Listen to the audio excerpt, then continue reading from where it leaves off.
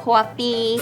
I wish the drawers in my apartment opened this nicely. Just because it's fast doesn't mean it's better. I hear a little rumble in the jungle. Hi, it's Jess, and I am in desperate need of a new coffee maker. Luckily, I work at Good Housekeeping, so right around the corner is the Kitchen Appliance and Technologies lab, where I can just pop in and ask Nicole what makes a great coffee maker. So let's head over. Nicole. Hi. I'm so sorry to bother you from your busy day of work, but I heard that you're testing coffee makers and I was wondering if maybe you could tell me a little bit more, because I'm in the market. Well, we came at a really good time because we just wrapped up a brand new drip coffee maker test. Amazing. So when we test our coffee makers, there's a couple of things that we're looking for. We're looking for performance, but we're also looking for taste, and ease of use is always really important when we test anything. One of the things that we are testing is how fast does the coffee brew. Just because it's fast doesn't mean it's better. The two that I want to give you both made it to our list of best drip coffee makers. We have the Wolf that has a bunch of bells and whistles. Love. And then you have your Black & Decker, which you've probably seen in a lot of households. Yes. And I think you'll really like this one too because it's very simple, and I know you like things that aren't that frilly. And the way I would test them is, first, make yourself a cup of coffee in each of them the way you would at home. Happily. Taste them, see how they are, see what you like. Nice. And then after that, brew a full pot of coffee, and then we'll get the nitty-gritty details, like how hot is it and how quickly is it brewing, kind of similar to the way we test things in the lab. That sounds like so much fun, and also my favorite activity. I get to drink a lot of coffee. Yeah. Okay, so these are for me. Thank you so much. And I'm gonna go test them in the Innovation Kitchen. Bye. They're mine. Before we caffeinate, make sure that you subscribe to GH and comment down below and tell us what else you want us to test. So this just looks like my very everyday, basic, no frills coffee maker. I feel like I know exactly what to do with this. You know, you just flip it up, put the little basket, water, push a button, done. It's good. This guy, a little intimidating, but probably great. So I see that there are all these different program settings, clean. Well, that's cool. You can clean it. Brew. I'm gonna have to learn more about this. And then I think the water reservoir is here. What are you? Wait, that does something, but I don't know what. Is it this way? Oh, so we're gonna do 3 tests today. We're gonna do taste, brew time, and temperature. We're gonna start with a taste test right now because I need some coffee. I see measurements inside here, but that's pretty handy. You can take the carafe out and then bring it over to the water and fill it up without having to like fill this guy up and then bring it over and spill all over your counter like I always do.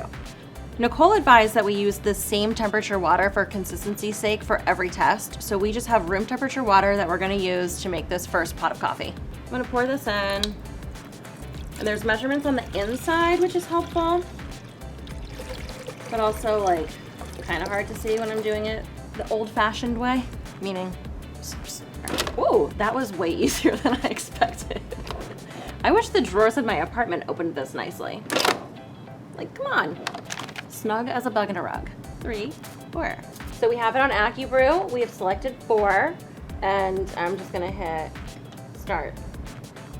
I hear a little rumble in the jungle.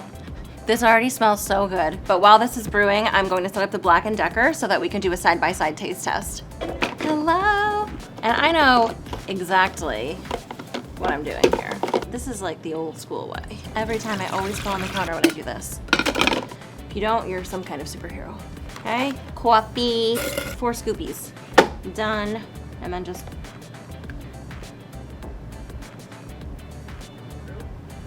Is it on? I heard the sizzle. I'm gonna let these brew and then we're gonna come back for a blind taste test. Okay, so they're both done brewing. They both have keep warm features. This guy gave me a little alert and has a countdown, or I guess a count up. It's been 3 minutes. This guy just stopped gurgling and has a hot plate. And there's a little green dot that tells me that it's still warm. I feel like I can already smell a difference. Wow. This guy is a little darker, I think. And this one looks a little bit lighter. I don't want to say it, but this one smells a little burnt. So I'm gonna close my eyes, we're gonna scramble them around, and then we're gonna do a blind taste test black and then with milk. All right, I gotta be honest, black coffee is not my thing, but Nicole told me that it's the best way to tell the difference, so I'm gonna do it. Yeah, it's black coffee.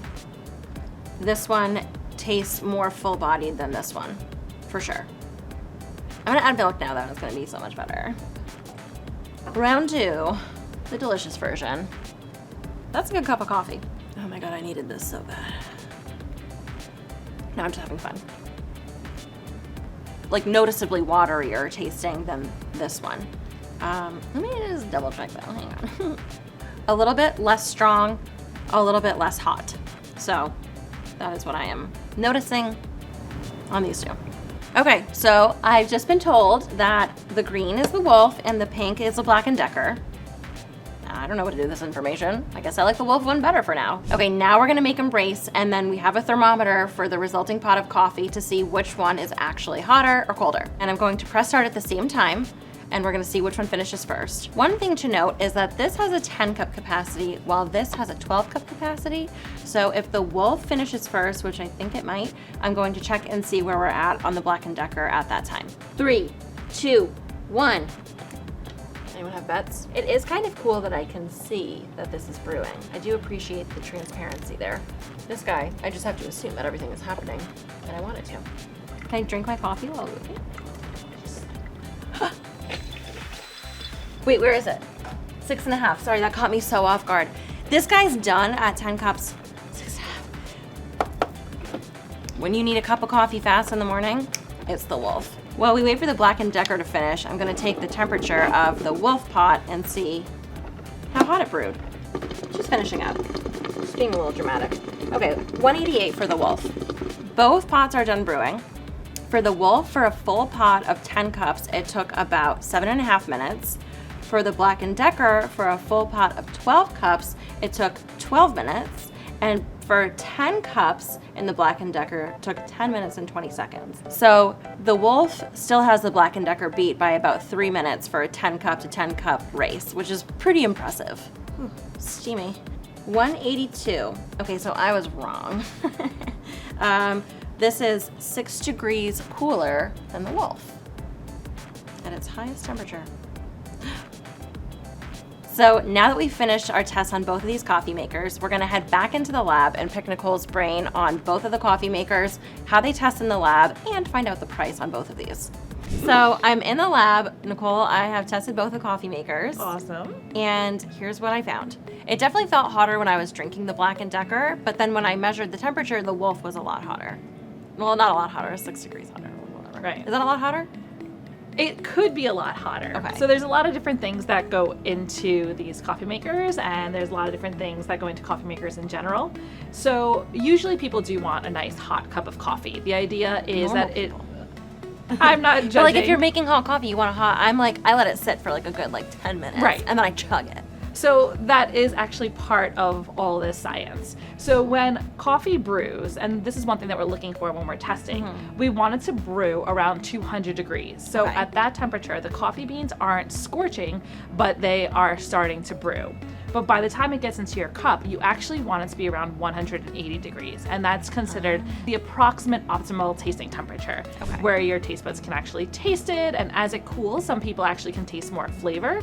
So everyone is different. Some people really do like it to be scorching hot, but I'm actually the kind of person that I too like it to sit. I like it to do its thing. My friends make fun of me for having it on my desk all day long, and I just really enjoy sipping on it. Like a nice room temperature coffee. Right. The same way. And this one in particular actually allows you to select the cup of coffee, how strong you want it, and then there's a built-in scale that tells you how much water to use to produce the optimal cup of coffee. Incredible. So it could be for your coffee aficionados, people who really love their coffee, people who really want things to be perfect to a science. So this actually has a thermal carafe, which means you don't actually need a keep warm feature.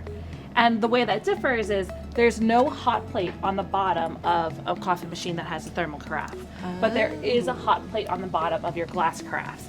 So some people, and it really depends on what you like and honestly what you're used to, what you grew up drinking. Some people just want their coffee to brew right into a thermal carafe. It's not going to continue cooking. It's going to be as fresh as when you first brewed it. Whereas on a keep warm feature, it'll continue making the coffee sometimes hotter. It really shouldn't, but it is part of choosing a glass and a thermal carafe. Super interesting, because I actually thought that there was a keep warm feature on the thermal On this carafe one. because Okay. it had like the count up feature. Okay. Where it showed how long it's been since it Right. brewed. And that's actually a feature that I really like, because if you live in a household with other people, you know how long the coffee's been sitting there. And the one draw I would say about thermal carafes, which I don't love because I don't love cleaning, you can't put them in the dishwasher.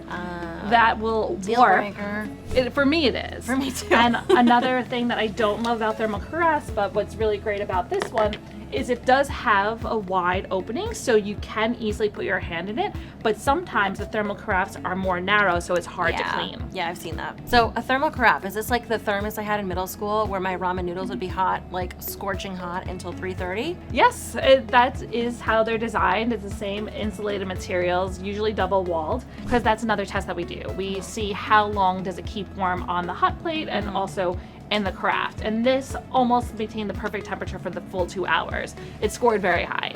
Yeah, I mean, it was the perfect temperature when we poured it, and hotter than the glass carafe, which was surprising, considering there's a hot plate beneath it. Right. Well, surprising And to that's me, part not of- surprising to the pro. And then one thing I remember when you were talking about your experience testing this is you said that this only makes 10 cups and this makes 12. Yeah. That's actually something that's really common with your thermal carafe and your glass carafe. Glass carafes can usually make more coffee because the walls are thinner. And this is double walled, so it's smaller. So our tests are usually for a max capacity. So we're doing a full carafe. And then from there, when we are testing to see how quickly it brews, we'll divide the time by the amount of cups of the carafe and see if it measures below that 1 minute mark that we were talking about. And I also know from experience and doing more testing with you that you like simple things better. And I'm gonna guess that the Black & Decker is the flavor that you preferred. So I love that you were like, oh, you like things that are simple, because I do. I'm a no frills kind of gal. But I liked the Wolf substantially better, the flavor. I thought it was more bold and robust, and I felt like the Black & Decker one was still a good cup of coffee, but it was a little bit more light body, a little more watery. Is that something that you would say? Is this? It could be. Okay. And the beauty of coffee makers in general is that you can customize the process to make it how you like. That's true. So to get a stronger cup of coffee, you can add more coffee grounds. You can use less water. Some machines allow you to adjust the time like we spoke about. So if you want all those options, then definitely look for a coffee maker that allows you to adjust that all. Yeah. But if you want something basic, straightforward, entry level, you can just play around with it by adding your own amount of scoops and whatnot. Got it. So maybe if I would have added an extra scoop of coffee to the Black & Decker, I would have gotten that full flavored taste that I like better. Sure. So tell me more about your favorite aspects of each of these coffee pots. So one thing that I love is on this Wolf, you have this open drawer. I loved that. It's really good because most coffee countertops, this is also something that we consider. We want it to be under a certain height so you don't constantly have to move it out from under your countertop.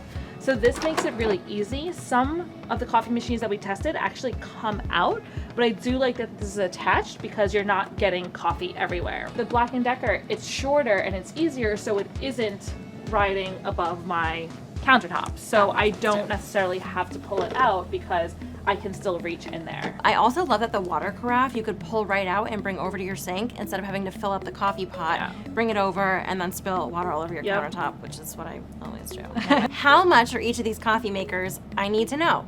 So in general, you could get a really good drip coffee maker for around $100, and that could even range from $70, $80, maybe a little bit more than $100. So these two coffee makers, the Black & Decker, which makes this really good cup of coffee, is $30. And then the Wolf, with all its bells and whistles, it's really the tippy top of the drip coffee maker category, is $5.50.